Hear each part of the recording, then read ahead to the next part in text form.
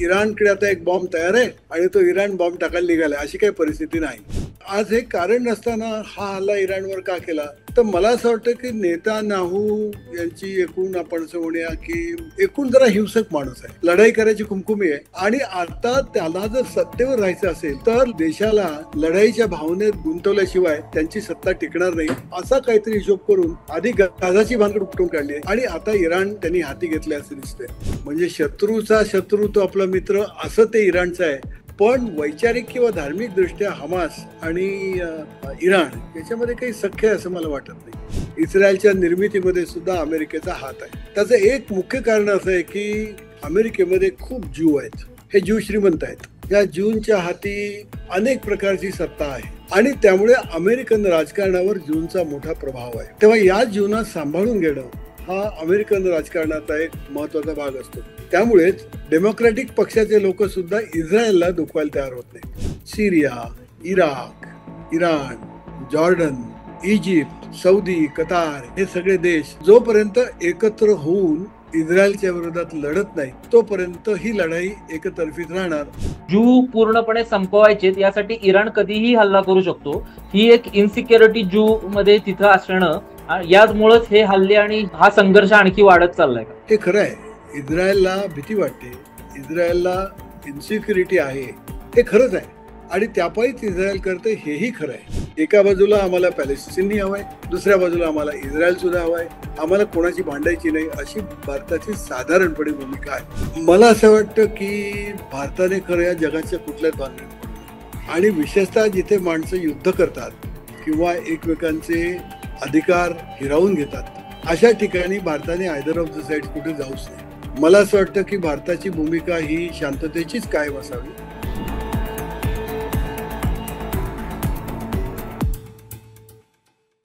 नमस्कार, the पॉलिटिक्सच्या politics स्टुडिओमध्ये पुन्हा एकदा तुम्हा सगळ्यांचं स्वागत आहे. आंतरराष्ट्रीय राजकारणात एक महत्वाची गोष्ट घडली आहे काल आणि त्याच अनुषंगानं आपल्या सोबत बोलण्यासाठी निलू दामले सर आहेत. त्यांचा इस्रायल आणि इराण या सगळ्याबद्दलचा अभ्यास आपल्याला माहितीच आहे. सर नमस्कार, द पॉलिटिक्स मध्ये स्वागत आहे. नमस्कार. नेमकं काल जो हल्ला झालाय त्याच्यामध्ये आण्विक म्हणजे न्यूक्लिअरच्या दृष्टिकोनातून तो सगळा हल्ला बघितला जातोय. तर या हल्ल्याचं नेमकं कारण काय आणि आता हे हल्ले का होत आहेत इराण आणि इस्रायलमध्ये? मला वाटतं याचं नेमकं कारण जर विचाराल ते असं की नेतान्याहू यांची सत्ताकांक्षा, म्हणजे इराण न्यूक्लिअर वेपन्स करताय, युरेनियम शुद्ध करताय, त्याच्यातून त्यांना अणुबॉम्ब बनवायचे आहेत. मग अमेरिकेने त्यांना बनवू नका म्हणून सांगितलं, मग नंतर त्यांच्यावर निर्बंध घातले, मग त्याच्यानंतर निर्बंध काढले आणि आता वाटाघाटी चालू आहे. ते जवळपास गेले 10-15 वर्ष टू अँड फ्रो सगळं चालू आहे. त्यामुळे आज ह्या घडीला काही विशेष घडल्यासारखं दिसत नाही. अशी काही परिस्थिती नाही की इराणकडे आता एक बॉम्ब तयार आहे आणि तो इराण बॉम्ब टाकायला निघाला, अशी काही परिस्थिती नाही. आणि खरं म्हणजे इराणकडे जी अवस्था आहे ती पाहता अजून त्यांच्याकडे बॉम्ब तयार झालाय असे दिसत नाही. त्यातल्या जाणकारांचं म्हणणं असं आहे की आणखी 1-2 वर्ष तरी ते बॉम्ब तयार करू शकतील असं असं असं सांगता येत नाही. तेव्हा आज काही कारण नाही. मग आज हे कारण नसताना हा हल्ला इराणवर का केला, तर मला असं वाटतं की नेतान्याहू यांची एकूण आपण असं म्हणूया की एकूण जरा हिंसक माणूस आहे आणि लढाई करायची कुमकुमी आहे आणि आता त्याला जर सत्तेवर राहायचं असेल तर लढाई केल्याशिवाय आणि देशाला लढाईच्या भावनेत गुंतवल्याशिवाय त्यांची सत्ता टिकणार नाही, असा काहीतरी हिशोब करून आधी गाजाची भानगड उपटून काढली आणि आता इराण त्यांनी हाती घेतले असे दिसते. तर या सगळ्या संघर्षाला 3000 वर्षापूर्वीचा इतिहास आहे हे आपण सगळे जाणतोच. पण आज हा संघर्ष एखाद्या हॉलिवूड पिक्चर सारखं पर्टिक्युलर एका सायंटिस्टला टार्गेट करून त्याच्याबद्दल न्यूक्लिअर आर्ट सायंटिस्टना टार्गेट करून त्यांना टार्गेट केलं जातंय. तर या सगळ्याकडे तुम्ही कसं बघता? नेमकं ह्याचे आंतरराष्ट्रीय रिपरकेशन्स कसे होऊ शकतात? नाही नाही, हा 2-3 हजार वर्ष मागलं सगळं जाऊ द्या. या क्षणी तरी अशी अवस्था आहे की इस्रायलला म्हणजे नेतान्याहूंना आता आपण असं म्हणूया की राजकारणात टिकायची इच्छा आहे. दुसरं मला काही कारण दिसत नाही. त्यांच्यावर भ्रष्टाचाराचे 2 खटले आहेत आणि या खटल्यांचा निकाल त्यांच्या विरोधात लागू शकतो. त्यांच्या विरुद्ध खुद्द इस्रायलमध्ये खूप विरोधी वातावरण आहे. दुसरं असं की आपल्यावरच्या खटल्यांचं गाडं ते अडकून पडावं आणि आपल्याला शिक्षा होऊ नये यासाठी सर्वोच्च न्यायालयाची कक्षा सुद्धा ते निरुंद करण्याच्या प्रयत्नात आहे. म्हणजे सर्वोच्च न्यायालयाला राजकारणामध्ये किंवा संसदेने घेतलेल्या निर्णयामध्ये, सरकारने घेतलेल्या निर्णयामध्ये डबळाडबळ करता येणार नाही, अशा अशा रूपाची बदल त्यांना राजकारणात करायचे आहेत. आणि हे करायला बहुमत आज इस्रायलमधलं तयार नाही. त्यामुळे दिसतंय असं की आज घडीला त्यांना हे युद्ध करण्यापासून गत्यंतर नाही. कारण एकदा युद्ध सुरू झालं की युद्धाला विरोध म्हणजे नेत्यांना विरोध म्हणजे देशद्रोह असं समीकरण मग त्यांना जुळवता येतं. तेव्हा मला असं वाटतं की हा सगळा प्रकार अंतर्गत राजकारणाचाच आहे. तर या सगळ्यामध्ये अमेरिका हा मोठा रोल प्ले करतोय. तर अमेरिकेची भूमिका नेमकी काय आहे? का फक्त डिप्लोमासी आहे का थेट पाठिंबा आहे? आणि ह्याकडं अमेरिका पहिल्यांदा ओबामा होते, मग ट्रम्प, परत बायडेन, आता परत ट्रम्प, या सगळ्या कार्यकाळात इराण धोरणामध्ये आणि इस्रायल धोरणामध्ये काही बदल झालेला तुम्हाला दिसतोय का? इस्रायल आणि अमेरिका हे पहिल्यापासून एकत्र आहेत. इस्रायलच्या निर्मितीपासून एकत्र आहेत. इस्रायलच्या निर्मितीमध्ये सुद्धा अमेरिकेचा हात आहे. त्याचं एक मुख्य कारण असं आहे की अमेरिकेमध्ये खूप ज्यू आहेत. हे ज्यू श्रीमंत आहेत. या ज्यूंच्या हाती अनेक प्रकारची सत्ता आहे. बँकिंगमध्ये आहे, फायनान्समध्ये आहेत, उद्योगात आहेत. आणि त्यामुळे अमेरिकन राजकारणावर ज्यूंचा मोठा प्रभाव आहे. तेव्हा या जीवनात सांभाळून घेणं हा अमेरिकन राजकारणाचा एक महत्वाचा भाग असतो. त्यामुळेच डेमोक्रॅटिक पक्षाचे लोक सुद्धा इस्रायलला दुखवायला तयार होत नाहीत. तेव्हा इस्रायल आणि अमेरिका एकत्र आहेत. आता ह्या संबंधामध्ये कधी कधी तणाव निर्माण होतात, कधी कधी. आणि ते तणाव निर्माण होतात इस्रायलच्या परराष्ट्रीय धोरणामुळे. इस्रायल अनेक वेळा बेकायदेशीर पद्धतीने वागतं. उदाहरणार्थ गाझावर त्यांनी केलेला हल्ला हे अमानवीय प्रकरण आहे. युनायटेड नेशन्सच्या आंतरराष्ट्रीय कोर्टाने त्यांच्यावर वॉर क्रिमिनल म्हणून वॉरंट सुद्धा काढलेलं आहे. सगळे जग त्यांच्या नावाने ओरडत आहे की ते एका गुन्हेगारासारखे वागत आहेत. आता असं म्हटल्यानंतर अमेरिकेतलं एक जे साधारणपणे लिबरल लोकमत जे असतं हे मग इस्रायलच्या विरोधामध्ये जातं. अशा वेळी मग काही थोडेफार तणाव निर्माण होतात. बायडननी काही वेळेला त्यांची शस्त्र ही रोखून धरली होती, आर्थिक मदत सुद्धा रोखून धरली होती. असे तणाव अधेमध्ये होतात. परंतु आजघडीला जर अमेरिकेची परिस्थिती पाहिली तर अमेरिका इस्रायलच्या बाजूने आहे आणि इस्रायलच्या बाजूने राहण्याची शक्यता आहे. हे एक कारण झालं. दुसरं कारण असं आहे की मध्य पूर्व आणि एकूण जगाचा तोल, या तोलामध्ये इस्रायलला एक महत्वाचं स्थान आहे. इस्रायलच्या आजूबाजूला सगळे आखाती अरब मुस्लिम देश आहेत. आणि या देशांवर लक्ष ठेवण्यासाठी, या देशातल्या राजकारणावर लक्ष ठेवण्यासाठी एक तळ अमेरिकेला हवा असतो. पहिल्यांदा तो ब्रिटनला हवा होता, नंतर तो तळ अमेरिकेने मिळवला. आणि हा तळ शाबूत ठेवण्याची खटपट ही अमेरिका सतत करत असते. जसं आशियामध्ये पाकिस्तान तळ अमेरिकेने सांभाळला आणि त्यामुळे पाकिस्तानमध्ये उलथापालथी झाल्या, पाकिस्तानमध्ये हुकुमशाही राजवट आली, पाकिस्तानमध्ये दहशतवाद आला, तरी सुद्धा अमेरिका त्यांना सांभाळून घेतं, कारण त्यांना तो तळ म्हणून उपयोगी पडतो. तेव्हा या दोन कारणासाठी अमेरिका आणि इस्रायल यांचं घट्ट नातं आहे. अजूनही ते बहुतेक शिल्लक आहे. तर हा संघर्ष एकीकडे आपण बघितला तर हा प्रादेशिक पातळीवरच राहील का त्याचं मोठ्या युद्धामध्ये परिणाम होऊ शकतो? नेमकं तुमचं विश्लेषण काय? माझ्या कल्पनेप्रमाणे तो प्रादेशिकच राहील जोपर्यंत बाकीचे आखाती देश, Syria, Iraq, Iran, Jordan, Egypt, Saudi, Qatar हे सगळे देश जोपर्यंत एकत्र होऊन इस्रायलच्या विरोधात लढत नाहीत तोपर्यंत ही लढाई एकतर्फीच राहणार. आणि इस्रायल आणि अमेरिका हा जो गट आहे हाच कायम प्रबळ राहणार. आणि त्यामुळे जोपर्यंत हे आखाती देश, हे सगळे मुस्लिम देश इराकच्या विरोधात लढायला तयार नाहीत, तोपर्यंत मोठं युद्ध होण्याची शक्यता नाही. मागे एकदा 48 साली झालं होतं युद्ध, 71 साली झालं होतं, आणि ते इस्रायलने निपटलं अमेरिकेच्या मदतीमुळे. आज जर तीच परिस्थिती शिल्लक राहिली, सौदी, कतार इत्यादी सगळ्या देशांना, जॉर्डन, अमेरिकेने रोखून ठेवलं, तर हे युद्ध मोठं होईल असे दिसत नाही. इराण बरोबर काही काळ लठ्ठालठ्ठी होईल आणि हे युद्ध थांबेल. यामध्ये गल्फ देशांचा तुम्ही जो उल्लेख करताय त्यांची आजची भूमिका नेमकी काय, म्हणजे लेमॅनला समजून यावं यासाठी. नाही, गल्फ देशांमध्ये एक पहा तुम्ही, या गल्फ देश हे सगळे मुस्लिम देश आहेत. त्यातला इराण हा शिया आहे, बाकीचे सगळे सुनी देश आहेत. इस्रायलच्या निर्मितीपासूनच मुसलमानांचा इस्रायलवर राग आहे. त्यांना असं वाटतं की हे मुसलमान यहुदींना इस्लामी लोक हे काफर आणि घातक मानतात. तर यहुदींनी येऊन आपल्या आपल्या विभागामध्ये आपला एक देश तोडला आणि तिथे आपलं स्थान बसवलं, हे आखाती देशांना मंजूर नाही.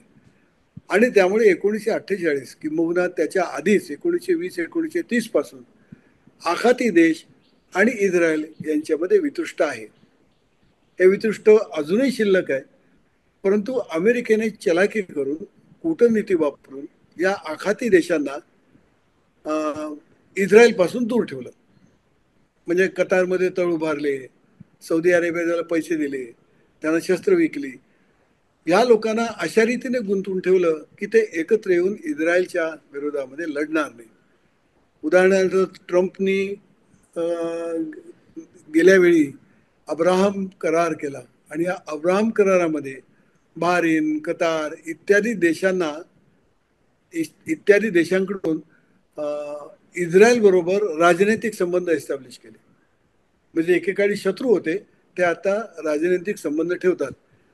तर आखाती देशामध्ये हा तोल आहे. एका बाजूला इस्रायल आहे आणि बाकी सगळे देश दुसऱ्या बाजूला आहेत, त्यांमध्ये वितुष्ट आहे. या सर्व देशांनी एकेकाळी शपथ घेतली होती की इस्रायल आम्ही पृथ्वी तलावरून नष्ट करू.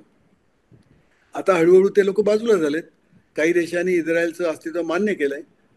परंतु हे वितुष्ट अजूनही शिल्लक आहे जोपर्यंत पॅलेस्टीनमध्ये, गाझामध्ये, वेस्ट बँकमध्ये इस्रायल घुसखोरी करतं, तिकडे वसाहती निर्माण करतं, तिकडल्या लोकांवर अन्याय करतं, तोपर्यंत हे वितुष्ट यानं तर रूपात शिल्लक राहणार आहे.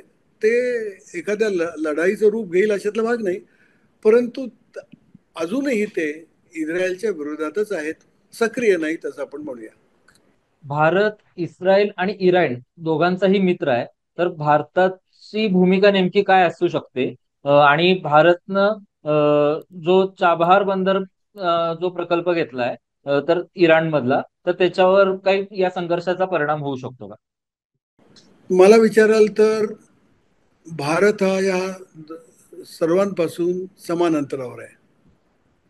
भारताचे इस्रायलशी संबंध आहेत. इस्रायलचं अस्तित्व भारताने मान्य केलेलं आहे.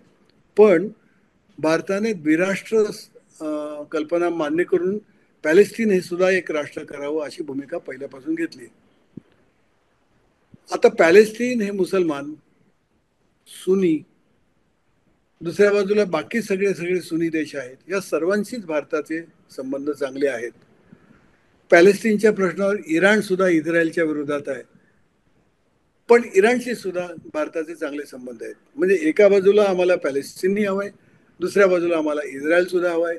आम्हाला कोणाची भांडायची नाही अशी भारताची साधारणपणे भूमिका आहे. त्यामुळे आज घडीला दोघांपैकी कोणाशी शत्रुत्व पत्करायची भारताची तयारी नाही आहे.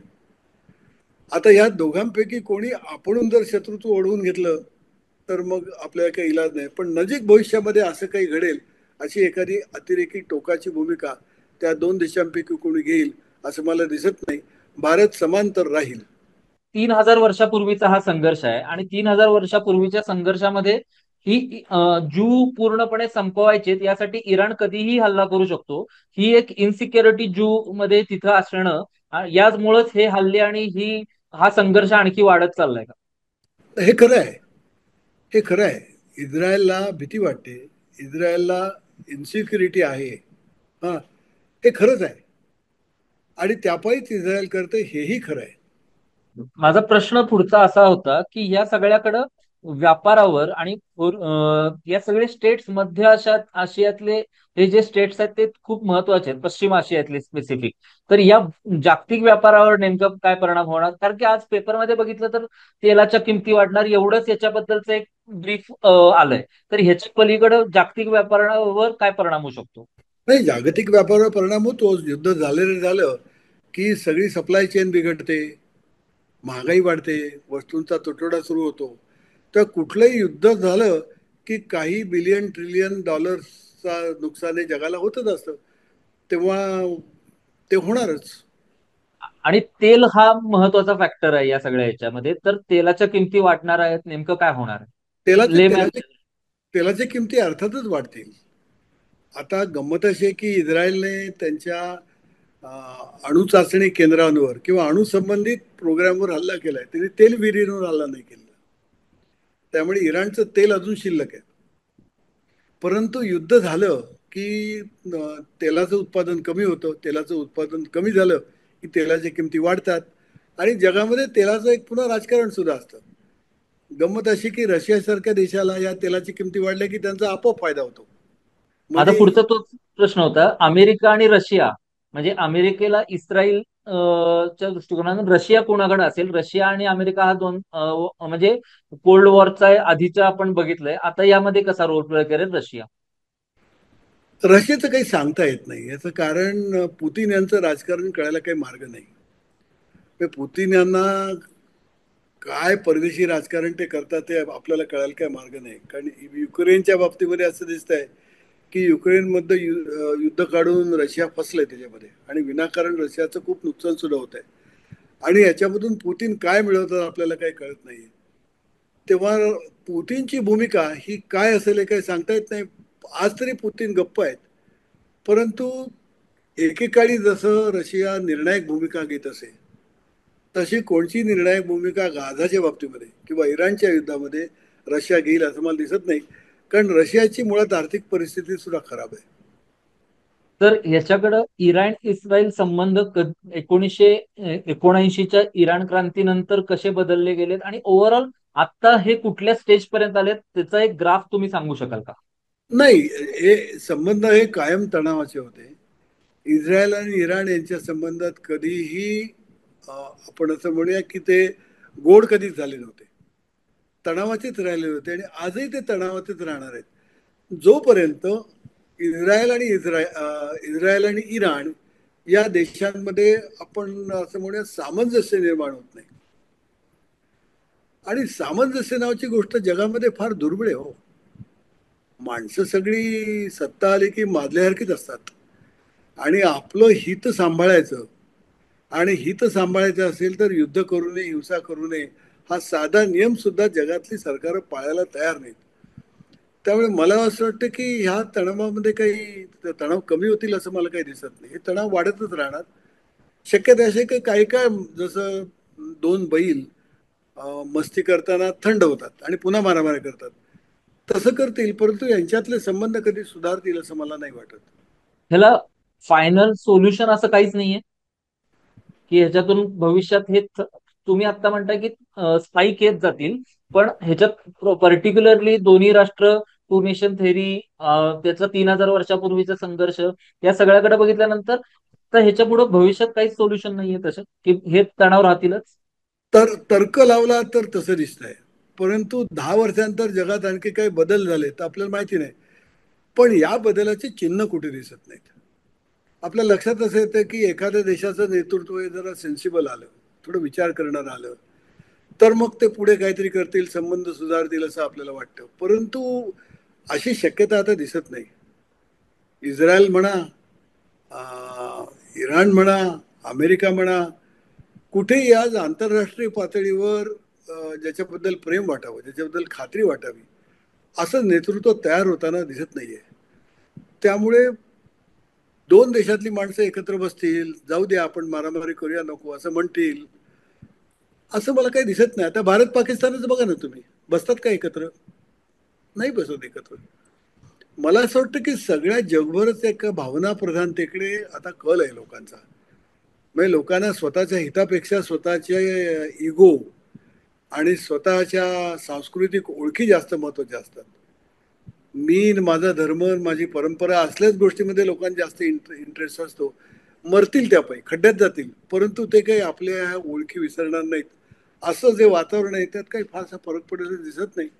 इस्रायलमध्ये सुद्धा अतिरेकी अति उजवे देशीवादी फॅसिस्ट लोक हे इस्रायलमध्ये वाढत आहेत. इराणमध्ये तर त्यांची दीर्घ परंपरा आहे. त्यामुळे जर अशी आपण असं म्हणूया की डोकं ताळ्यावर नसलेली माणसं जर बहुसंख्य असतील आणि सत्तेत असतील तर संबंध सुधारण्याची अपेक्षा कशी करावी? मी कविता बिविता करायला हरकत नाही, स्वप्न वगैरे पाहायला हरकत नाही, ते पाहूया, पण वास्तवाच्या पातळीवर मला तशी काही शक्यता दिसत नाही. मला यामध्ये प्रश्न असा विचारायचा आहे की याच्यामध्ये हिजबुल्ला, हुती आणि इराणचे काही प्रॉक्सी गट ह्यात काही या संघर्षात सक्रिय आहेत का? हा एक प्रश्न आहे. आहेत आणि ना. हा हिजबुल्ला आणि हमास यांचा रोल किती आता महत्वाचा आहे? नाही नाही बघा, त्यापैकी हिजबुल हा प्रॉक्सी गट आहे इराणचा, किंवा तिकडे हुतू जे आहेत येमन मधले तो प्रॉक्सी गट आहे. पण हमास हा काय इस्रायलचा आपल्या इराणचा प्रॉक्सी गट नाही. हमाल हमास हे मुस्लिम ब्रदरहूड मधून आलं. ते पूर्णपणे वेगळीच चळवळ, इजिप्तमधून बाहेर आलेली चळवळ आहे. तिचा इराणच्या धार्मिक विचाराशी कुठेही संबंध नाही. त्यामुळे हमास हे प्रॉक्सी नाही आहे.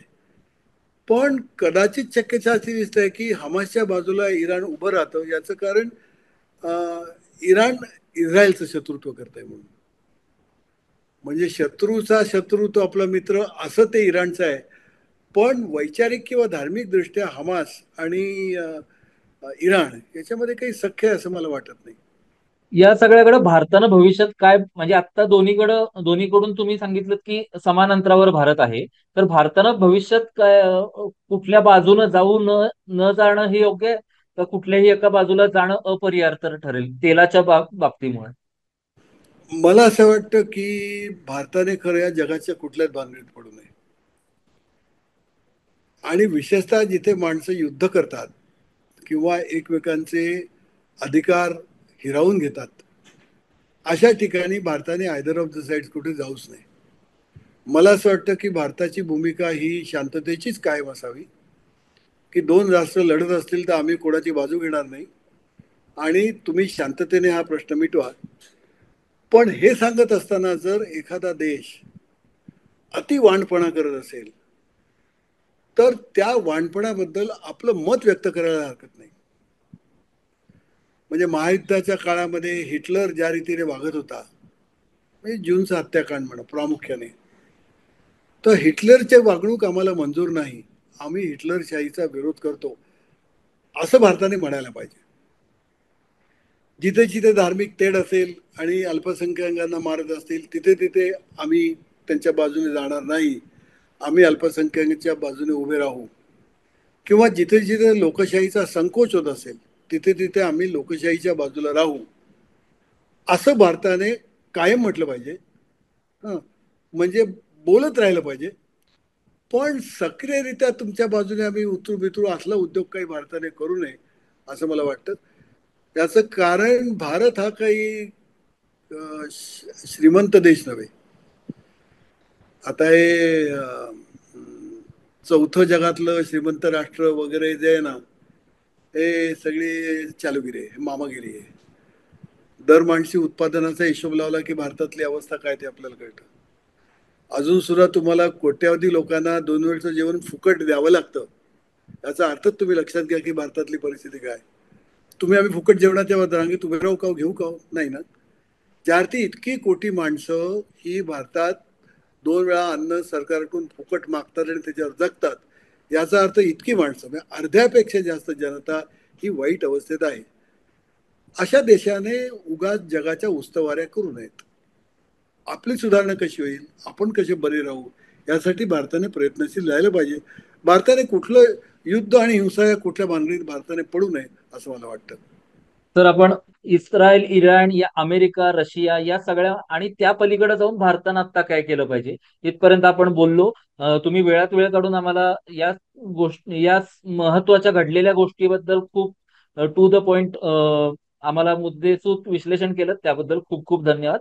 तुर्तास तरी इथेच थांबू. भविष्यात आंतरराष्ट्रीय विषयावर जेव्हा जेव्हा कुठलीही गोष्ट घडेल तेव्हा तुम्ही आम्हाला वेळ द्यावी अशी विनंती. तुर्तास तरी इथेच थांबू. धन्यवाद.